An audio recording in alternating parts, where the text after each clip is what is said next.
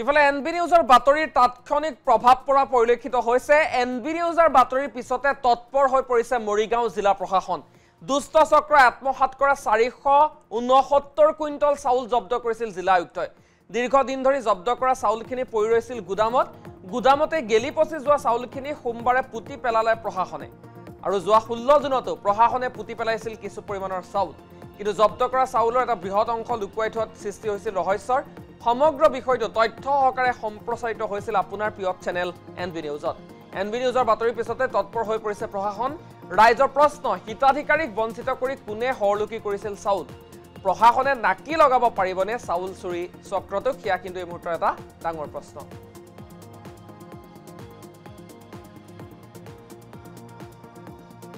Total আছিলে ধুমকৰা সমবায়ত 554 বেগ আছিলে, তাৰে 305 বেগ কেইদিনমান আগত পোতা হৈছে। আৰু সেইখিনি এতিয়া আকৌ আপোনালোকে গমে পায়, আপোনালোকৰ ফালৰ পৰা হয়তো কিবা এটা ভুল বুজাবুজি হৈছিলে।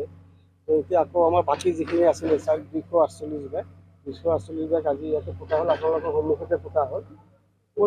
ক'ত পুতিলে? এইটো চিট ফাৰ্ম বুলি কয়, কাঠনি চিট ফাৰ্ম। আৰু ইয়াতে পুলিচৰ চব আমাৰ বেলুগুৰি থানাৰ ওচিও আছিলে, প্লাছ মেজিষ্ট্ৰেট আছিলে, মই নিজে ইন্সপেক্টৰ আছোঁ। গতিকে মই এতিয়া আশা ৰাখিম আপোনালোকে যোনটো হয়তো আগত কিবা এটা হয়তো ভুল বুজাবুজি হেৰিত এটা নিউজ ওলাল, গতিকে এইটো চাগে আপোনালোকে এতিয়া ক্লিয়াৰিটি এটা পাইছে যেনে কথাখিনি আচলতে যেনেকুৱা এটা ৰিউমাৰ হৈছিলে, সেইটো ৰিউমাৰ আচলতে নহয় কথা। আপোনালোকে চবে গম পালে, সেইকাৰণে যি হওক আগত হয়তো আপোনালোকক আমি জনাব লাগিছিলে। কিন্তু হয়তো এইটো আগতেও কৈছোঁ মই, হয়তো মোৰ বা মেজিষ্ট্ৰেটৰ মূৰত এইটো খেলা নাছিলে। এতিয়াতো আহিলে আজি চব সাংবাদিক, পুলিচ অফিচাৰ, মেজিষ্ট্ৰেট চবৰ সন্মুখত পাব্লিকৰ আছে, পাব্লিকৰ আগত আমি যাওঁ।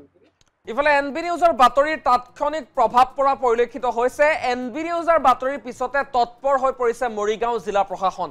দুষ্ট চক্ৰই আত্মসাৎ কৰা 469 কুইণ্টল চাউল জব্দ কৰিছিল জিলা আয়ুক্তই। দীৰ্ঘদিন ধৰি জব্দ কৰা চাউলখিনি পৰি ৰৈছিল গুদামতে গেলি পচি যোৱা চাউলখিনি সোমবাৰে পুতি পেলালে প্ৰশাসনে। আৰু যোৱা 16 জুনতো প্ৰশাসনে পুতি পেলাইছিল কিছু পৰিমাণৰ চাউল। কিন্তু জব্দ কৰা চাউলৰ এটা বৃহৎ অংশ লুকুৱাই থোৱাত সৃষ্টি হৈছিল ৰহস্যৰ। সমগ্ৰ বিষয়টো তথ্য সহকাৰে সম্প্ৰচাৰিত হৈছিল আপোনাৰ প্ৰিয় চেনেল এনবি নিউজত। এনবি নিউজৰ বাতৰিৰ পিছতে তৎপৰ হৈ পৰিছে প্ৰশাসন। ৰাইজৰ প্ৰশ্ন, হিতাধিকাৰীক বঞ্চিত কৰি কোনে হৰলুকি কৰিছিল চাউল? প্ৰশাসনে নাকি লগাব পাৰিবনে চাউল চুৰি চক্ৰটোক? সেয়া কিন্তু এই মুহূৰ্তৰ এটা ডাঙৰ প্ৰশ্ন।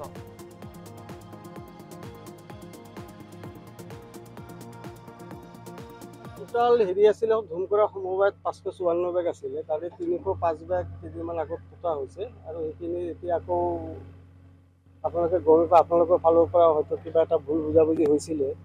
তো এতিয়া আকৌ আমাৰ বাকী যিখিনি আছিলে 248 বেগ, 248 বেগ আজি ইয়াতে পোতা হ'ল, আপোনালোকৰ সন্মুখতে পোতা হ'ল। ক'ত পুতিলে? এইটো চিট ফাৰ্ম বুলি কয়, কাঠনি চিট ফাৰ্ম। আৰু ইয়াতে পুলিচৰ চব আমাৰ বেলুগুৰি থানাৰ ওচিও আছিলে, প্লাছ মেজিষ্ট্ৰেট আছিলে, মই নিজে ইন্সপেক্টৰ আছোঁ।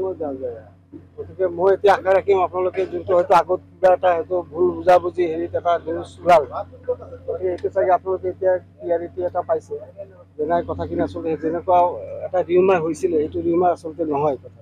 আপোনালোকে চবে গম পালে, সেইকাৰণে যি হওক আগত হয়তো আপোনালোকক আমি জনাব লাগিছিলে।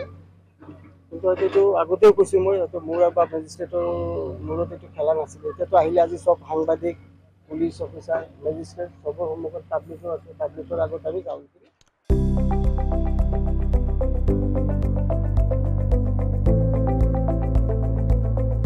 এনবি নিউজ, সহজ সৰল ভাষাত নৱভাৰতৰ কথা।